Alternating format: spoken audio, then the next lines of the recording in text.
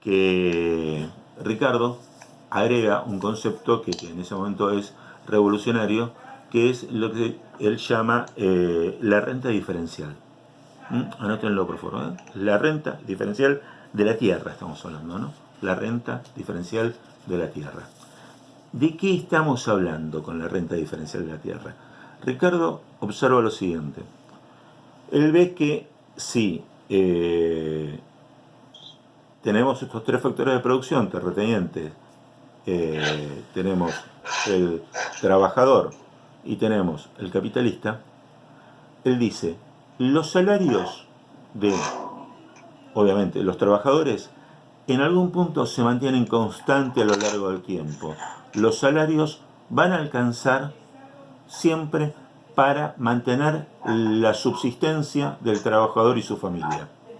Digamos, no van a llevarlo a enriquecerse, van a mantener su subsistencia.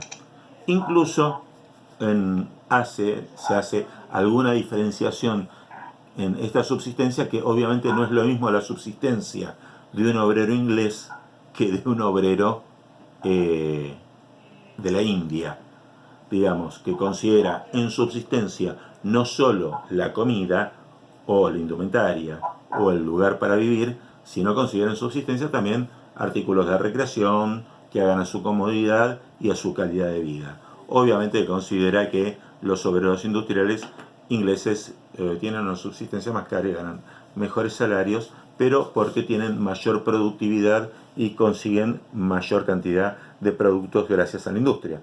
¿Está bien? Ahora vamos al punto este de la renta diferencial. Ricardo lo que dice es, bueno, tenemos una retribución, que es el salario, que es siempre la misma. Hay una segunda retribución, que es la renta del terrateniente, del propietario de las tierras. Entonces, si ustedes miran el videito que nosotros pusimos en la plataforma, creo que pone un ejemplo con la soja y dice que hay un fulano, no me acuerdo el nombre que le pone al personaje, que quiere arrendar quiere decir alquilar, tierras en un lugar. Pero esas tierras están caras. ¿Por qué están caras? Porque están en el mejor lugar. ¿Qué quiere decir el mejor lugar? Y es la conjunción por lo menos de dos factores. Es la calidad de la tierra, o sea, el rendimiento que va a tener en materia de producción, justamente por su calidad, y en ubicación, la proximidad a un puerto, a un centro de distribución. Obviamente, si la tenés muy lejos, le tenés que agregar al costo movilizar la mercadería desde el lugar de producción al lugar de consumo o de venta, digamos, un puerto. Eso es uno de los problemas que tiene nuestro país, sin ir más lejos. Nosotros tenemos a veces problemas de movilizar las cargas. Ustedes saben que es carísima la Argentina en ese sentido. O sea, a veces es más caro mover la producción del campo al puerto, escuchen esto, del campo al puerto, que, por ejemplo, de Buenos Aires a China. De Buenos Aires a China. ¿Saben por qué? ¿Algunos se imagina por qué? Porque ahora se hacen camiones y incrementa su valor por los combustibles y esas cosas, ¿puede ser? La verdad que lo primero que uno tiende a pensar es eso, tiende a pensar que los sueldos de Argentina son altos también por todos los beneficios sociales que afortunadamente tiene la clase trabajadora, pero hay un motivo adicional a esto. China nos vende muchísimas cosas a nosotros y vienen los contenedores. Ustedes pasaron alguna vez por la autopista ahí que agarra para Buenos Aires La Plata, y cuando cruza por encima del Riachuelo, ¿vieron los contenedores esos inmensos que hay en el puerto? Donde vienen las cosas importadas, que son casas casi de grandes, ¿no? Son enormes. Esos contenedores que traen mercadería china se vuelven vacíos a China si no los llenan de mercadería argentina. Entonces, eso hace que sea más barato también el traslado, en el caso nuestro, de mercaderías, por ejemplo, hacia China. Afortunadamente, en el mundo moderno, el grado de integración, de globalización y de comercialización entre los países, en algún punto te abarata algunas cosas. En otra época hubiese sido carísimo trasladar nuestras mercaderías a China, por ejemplo, la soja, y hoy en día no es tan caro justamente por el intercambio entre los países, porque si no vuelven todos esos contenedores vacíos. Y la verdad que para ellos hacerlo volver vacíos o hacerlo volver llenos les cuesta lo mismo. ¿Se entiende lo que estoy diciendo? Sí. Anécdota económica aparte. Sigamos con el tema central nuestro. Entonces, Ricardo dice, arrendar tierras en la llanura pampeana, en el mejor lugar de la llanura pampeana, próxima al puerto, qué sé yo, con una fertilidad de la san pelota, todo bárbaro, es caro. Entonces me alejo un poco, me voy a Córdoba. Supongamos que el clima es más árido y es más distante de los centros de distribución. Por lo tanto, el precio del arrendamiento es más alto o más bajo.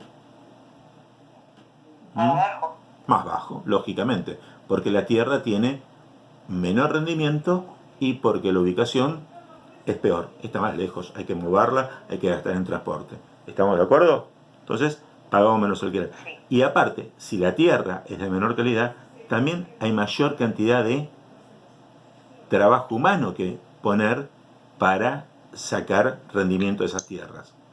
¿Se entiende? O sea, si la tierra es mala, hay que laburar más. Habrá que arar más, habrá que abonar más, habrá que... Profe, pero entonces, ¿para qué irse más lejos si en definitiva a largo plazo vas a gastar lo mismo o más? Porque el precio que te cobra el tipo que tiene tierras de primera, vos o no lo podés pagar o están todas ocupadas. Y vos querés meterte en el negocio de la soja y lo único que conseguís es un poco más lejos. Pero fíjense que el negocio sigue dando. Está muy bien la pregunta que hace Lourdes, fue, ¿no? Sí. Sí. Vos recordás un principio en todo esto también que está piola a señalar, porque Ricardo esto lo ve. Y Ricardo dice, vos no te vas del negocio, en este caso de la soja, supongamos, hasta tanto, Ajá. hasta tanto te pague lo mismo o más que otro negocio. ¿Se acuerdan que en el modelo de competencia perfecta había un principio que era la libertad de entrada y salida de los factores de un mercado? Que vos podías entrar y salir libremente. Bueno, en función de este principio de la competencia perfecta, vos tenés que tomar como base cuál es el rendimiento del mejor negocio que no sea la soja. Supongamos fabricar autos. Y ponele que no te dé la guita para fabricar autos o el rendimiento de la fabricación de autos o poner esa plata a plazo fijo, por decir, o ponerla en cualquier otra inversión, no te dé un rendimiento mejor que el de la soja. La soja sigue siendo mejor. Entonces vos seguís buscando tierra por más que tenga menos rinde. No sé si me explico. Sí, sí. ¿Te contesto, Lourdes, a la pregunta que me hiciste? Sí, sí. O sea, justamente lo que está mandando en esto, y está bueno porque me obligas a aclarar este punto que es un punto esencial en el pensamiento de Ricardo, ¿no? O sea, el capitalista sigue jugando en este mercado en tanto le pague por lo menos lo mismo que cualquier alternativa de otro negocio, ¿sí? O sea, hay como un valor de ganancia de referencia al capital, que es el negocio que más paga fuera de este, y dice, no, va, si no me voy, como decís vos, con la música a otra parte. Voy y la pongo a plazo fijo o hago cualquier otro negocio y dejo el negocio este de la soja. Pero supongamos que vamos a Córdoba y me sigue rindiendo, pese a que tengo que meter más obreros, pese a que estoy más lejos, pese a que los rindes no son los mismos, pese a todo, sigue siendo buen negocio porque hay momentos que ha sido muy buen negocio. No buen negocio, excelente negocio. Hoy la soja está a $300 la tonelada más o menos. Hace unos años atrás, me acuerdo cuando fue, ¿se acuerdan del lío de la, bueno, ustedes eran muy chiquitos, de la 125, o sea, comienzo del gobierno de Cristina, todavía no había muerto Néstor. La soja estaba a $600, el doble que ahora. En ese momento era negoción, negoción. Entonces, bueno, nos vamos a buscar tierras más baratas. Tierras más baratas significa que hay una renta menor para el capitalista, significa que hay... ¡Wow! ¿Qué es ese ruido? Significa que hay una ganancia que se menor, pero que sirve todavía comparada con las ganancias que podría dar cualquier otra actividad o ponerla, por decir, a plazo fijo. Entonces, esto lo lleva a pensar a David Ricardo que hay un tema de rendimientos decrecientes. ¿Mm? Tomen este título porque es fundamental. Rendimientos decrecientes. ¿Qué son los rendimientos decrecientes? Justamente esto, que cuando se saturan las mejores tierras, entonces me voy a buscar tierras de menor rinde donde decrecen los rendimientos. ¿Está claro? Sí. ¿Sí? ¿Lo silenciaste, Navarro, que era el que tenía el ruidito? Porque le mando mensajes y se escucha acá el vibrador del teléfono. Ese ruido que le entran mensajes y le están haciendo vibrar el teléfono, claro. Le mandé mensaje y le dije que saque el vibrador porque se silencia, no sé.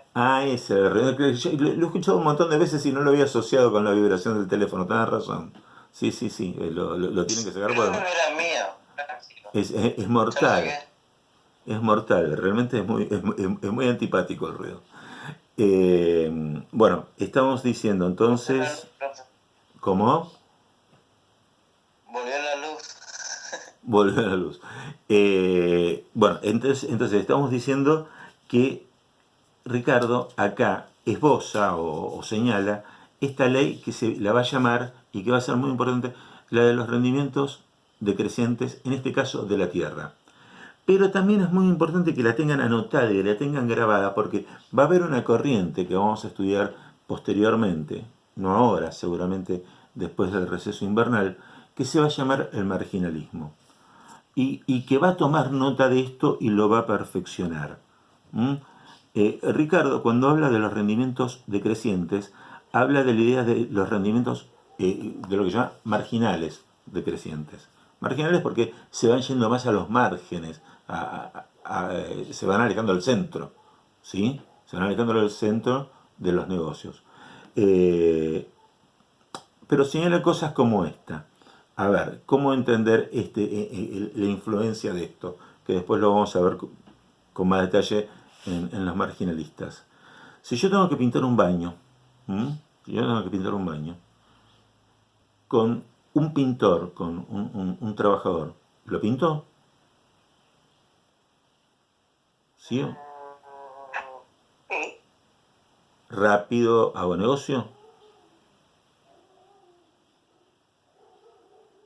O sea, sí puede que sea más rápido, pero si vos lo podés pintar, tal vez tardes más y no es necesario que le pagues a esa persona. Pero suponiendo que usted decidido apagarlo porque yo soy un inútil o soy un bacán que tiene mucha plata y hace pintar el baño. ¿Un tipo lo hace rápido? Un pintor. Se supone que sí. Depende de cómo se el baño, pero supongo que sí, por la experiencia. ¿Dos? ¿Dos obreros? ¿Lo hacen más? Sí, a menos que sea el baño más grande del universo, no creo que tarden mucho. A ver, van a tener... Pero lo van a hacer más rápido. Ya el mecanismo, ¿no? Lo van a hacer más rápido. Además, profe, en comparación al que le pagan, sí, lo van a hacer más rápido. ¿Tres? Más todavía. ¿Cuatro? Más. ¿Te parece? Más cada pareja. ¿O llega un momento que se jodan entre ellos? También puede ser. Demasiadas personas más ayuda que no estorba, diría madre. Y empiezan a pisar entre sí. ¿No empiezo a molestar uno al otro? ¿No estamos pagando sueldos? ¿No llega un momento que empezamos a pagar y el rendimiento del que agregamos, en lugar de sumar, resta? Y aparte a los mismos trabajadores no les conviene porque... O sea... Les saca ganancia a ellos. Exacto. Y encima joroba. Eso le llaman rendimientos marginales decrecientes. ¿Qué es? Profe, ¿ustedes aplican la misma metodología para decir que no hagamos trabajos en grupo porque si somos demasiados nos molestamos entre sí? No, básicamente porque hay uno que toma mate y no hace nada. Y se lleva un cacho de nota gratis ese, ¿no? El que hace mate, viste, se llevó el cacho de nota y no se la merecía. Pero digamos que está próximo a esa lógica.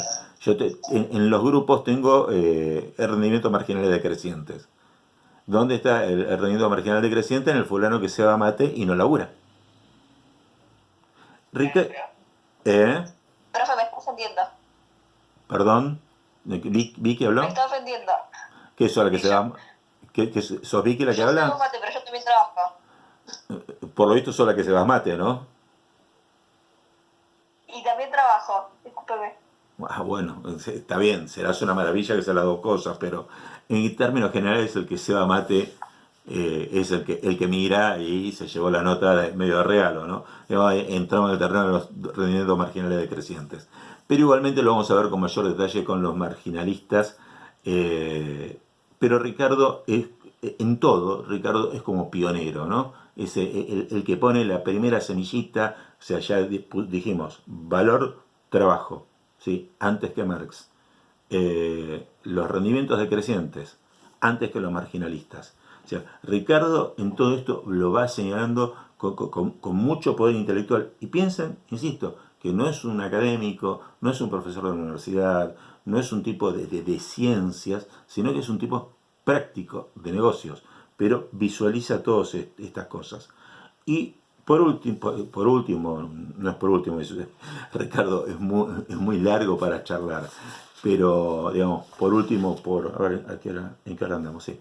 Digamos, por último tema de hoy, de las cosas importantes de Ricardo, habría que señalar eh, que Ricardo, al igual que Smith, ¿se acuerdan que Smith hablaba de la riqueza de las naciones y empezó a hablar de la división internacional del trabajo, de la división o sea, de la especialización de cada país? eh, Ricardo hizo como cuentas más finas en cuanto al tema de la división internacional del trabajo y lo llamó, y anoten el nombre porque ahí está la diferencia, él lo llamó ventajas comparativas. Ventajas comparativas. El tema pasa por lo siguiente. A ver si me puedo explicar con cierta facilidad, porque es un tema complicadito. Si se lo llevo a números, los mato. Entonces quiero explicarlo del modo más simple que se pueda en palabras. A ver, imaginemos que yo soy de un país que puede producir con mucha eficiencia dos cosas. Granos con muchísima eficiencia, con muy buen precio y con mucha cantidad y con mucha calidad. Y puedo producir también café, pero levemente mejor que otros países. Supongamos que Colombia o que Brasil. Apenitas mejor. No así por goleada como produzco trigo. ¿Sí? Apenitas mejor. Entonces, si bien yo me podría autoabastecer de todo, tanto de trigo como de café, porque también el café lo hago levemente más barato que Colombia, me conviene solamente dedicarme al trigo, porque es tanta más la diferencia que le saco al trigo que prefiero comprarle el café a los colombianos. ¿Se entiende lo que estoy diciendo? Sí. O sea que me dedico a full al trigo porque le hago mucha más diferencia y entonces es como que el café me sale mucho más barato que aún produciéndolo yo, que también no era un mal productor. Eso es lo que Ricardo llama ventajas comparativas. Y esto no es poca cosa, esto es un tema muy importante porque esta idea de que Ricardo tira más o menos en 1820 va a marcar a la Argentina en 1880 todo el periodo que se llamó de la Argentina agroexportadora. Ustedes habrán hablado en otras materias, sobre todo en historia, del modelo agroexportador, sobre todo con Moiselo, me imagino, ¿o no? O lo vieron en otra materia, ¿no? No hablaba del modelo Claro que sí, profe. ¿Cómo? Lo hablamos sí. Bastante como hicieron que Claro, más el año pasado que este año. Y Moisés estaba con algún problema este año. ¿Estaba que no tuvieron clase últimamente? No, pero sino porque en tercero, tipo, Ah, puro trabajo práctico. en tercero, ¿hasta qué historia llegaban? ¿Hasta qué época de la historia? Hasta 1880 creo que llegamos. Bueno, justo Después de ahí, la campaña cierto. en la Argentina ahí es donde empieza fuertemente el modelo agroexportador que responde bien cuadradito, bien definido a todo lo que señala Ricardo en sus teorías. En todos los postulados de Ricardo, todas las propuestas económicas, todos los análisis que realiza Ricardo, en la Argentina se ven plasmados en 1880 en el modelo agroexportador. Si ustedes siguen el videíto ese que yo le dejé en Canal Encuentro, en algún momento dice, bueno, a Inglaterra le conviene comprarle, ¿cómo se llama? Trigo Argentina en lugar de comprárselo o en lugar de producirlo ella misma. En realidad, Ricardo no lo dice por Argentina. Imagínense que cuando Ricardo plantea todo eso, la Argentina no era la Argentina. O sea, Ricardo se muere en 1823 y acá nos estamos matando en guerras civiles aún. O sea, no figuramos en el mapa de la economía mundial. En verdad, Ricardo cuando plantea todo esto, lo plantea por comprarle a Francia.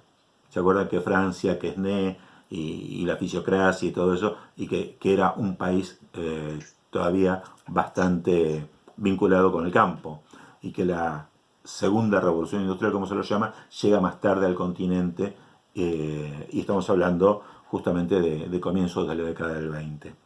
Y fíjense que Ricardo, para ir terminando con esto, Ricardo en ese momento era miembro de la Cámara de los Comunes. No sé si ustedes tienen presente lo que quiere decir ser miembro de la Cámara de los Comunes en Inglaterra. ¿No? No. Son los diputados. Son los diputados. Básicamente son los diputados.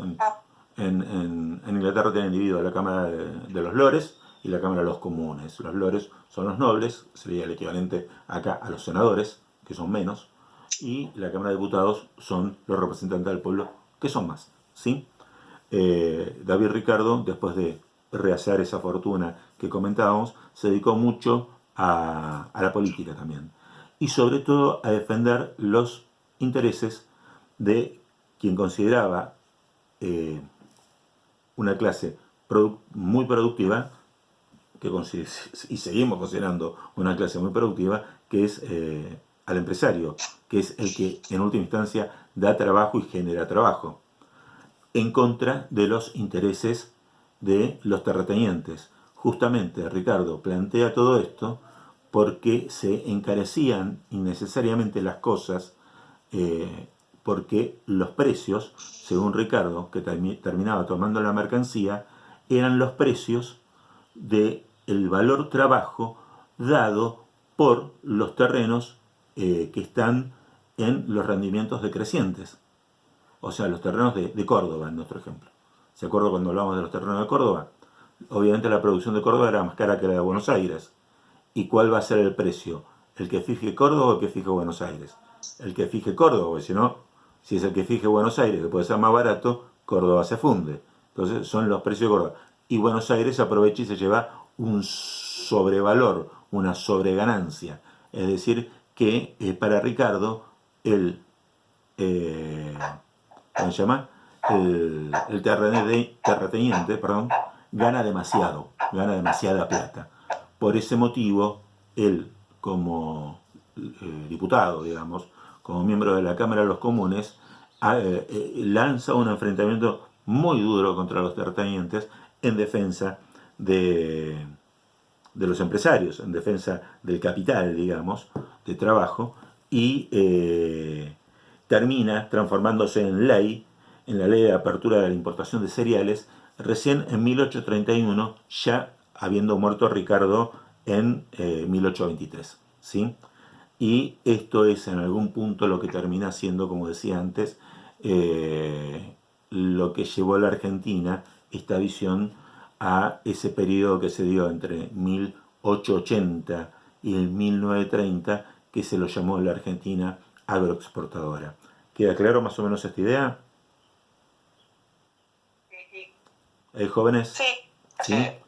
Bueno, Profe, sí. Nahuel, ¿querías decir algo?